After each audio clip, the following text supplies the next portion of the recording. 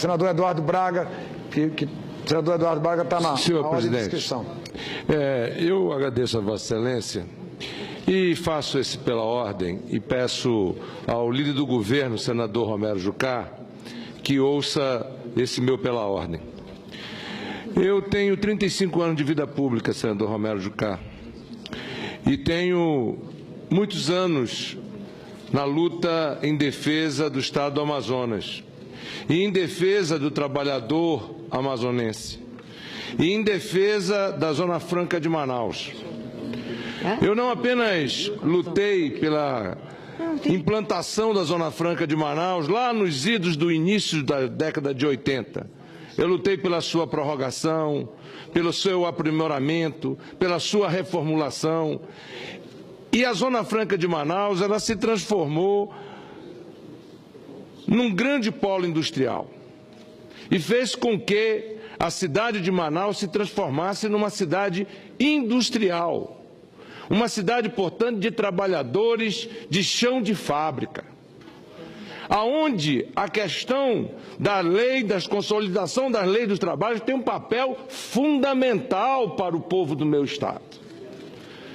E o modelo de desenvolvimento de Zona Franca de Manaus, ele não é apenas importante para o Amazonas, ele também é importante para o estado de Vossa Excelência, para o estado de Roraima. Veja o que acontece neste momento. Neste momento, as entidades de classe no Amazonas, as organizações de classe representativas, todas, estão estupefatas com uma decisão que todos tomaram conhecimento pelo Diário Oficial. A exoneração da superintendente da Zona Franca de Manaus, deputada federal Rebeca Garcia. Exatamente no dia seguinte em que neste Congresso havíamos aprovado uma medida provisória extremamente importante que reformulava, senador Randolfo, muitos aspectos que poderiam aprimorar e deverão aprimorar o modelo da Zona Franca de Manaus, inclusive para ajudar o estado de Macapá, o estado de Roraima. E quando, de repente, nós que representamos o estado do Amazonas, pelo voto direto, como senador da República, numa cidade que tem base na indústria, com mais de 80 mil trabalhadores que tinham empregos assegurados no final do ano passado e que hoje são menos de 65 mil, e que em 2010, quando eu deixei o governo, eram 135 mil trabalhadores, e que são obrigados a sair de casa às 4 horas da manhã para poder pegar a rota que os leva até o distrito industrial e sair da sua indústria às 5 horas da tarde, muitas vezes para ir para uma escola. Vem agora uma reforma trabalhista que quer dar a este trabalhador as seguintes mudanças. Primeiro, ele passará a ter apenas meia hora para almoço.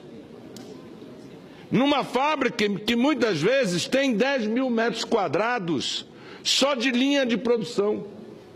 Talvez esse tempo não seja suficiente sequer para chegar ao refeitório. Ora, eu não quero aqui, até porque este não é o fórum, senhor presidente, nem o momento adequado para debater o conteúdo desta reforma trabalhista, mas vou fazê-lo, como requereu Vossa Excelência ontem da tribuna, porque afeta, sim, direitos dos trabalhadores.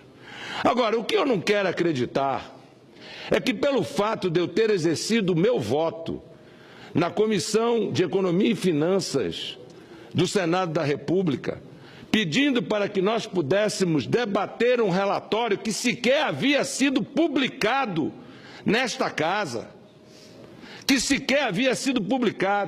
e fazendo isto de uma forma absolutamente democrática, civilizada, conversando com Vossa Excelência, inclusive ponderando com Vossa Excelência, o que nós vemos no dia seguinte é a demissão da deputada Rebeca, sem nenhuma comunicação, sem nenhum diálogo, sem nenhuma explicação, a um polo industrial que representa 2% do PIB brasileiro e que representa nada mais nada menos do que 7% do PIB industrial brasileiro.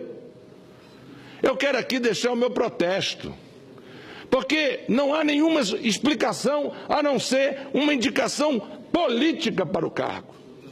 Eu quero deixar minha solidariedade à companheira Rebeca, que teve um papel na SUFRAMA extremamente correto. Quero reafirmar aqui, nosso presidente Eunício Oliveira, o meu compromisso com o trabalhador. Quero debater, sim, o projeto de reforma da lei trabalhista. Sempre disse que é necessário modernizar essa lei, mas não será possível impedir o cumprimento do meu mandato como representante do povo do Amazonas e do trabalhador da Zona Franca de Manaus neste plenário. E por isso quero aqui deixar o meu protesto quanto à atitude e à retaliação que sofreu a nossa companheira deputada Rebeca Garcia, enquanto superintendente da Zona Franca de Manaus. Muito obrigado, senhor presidente.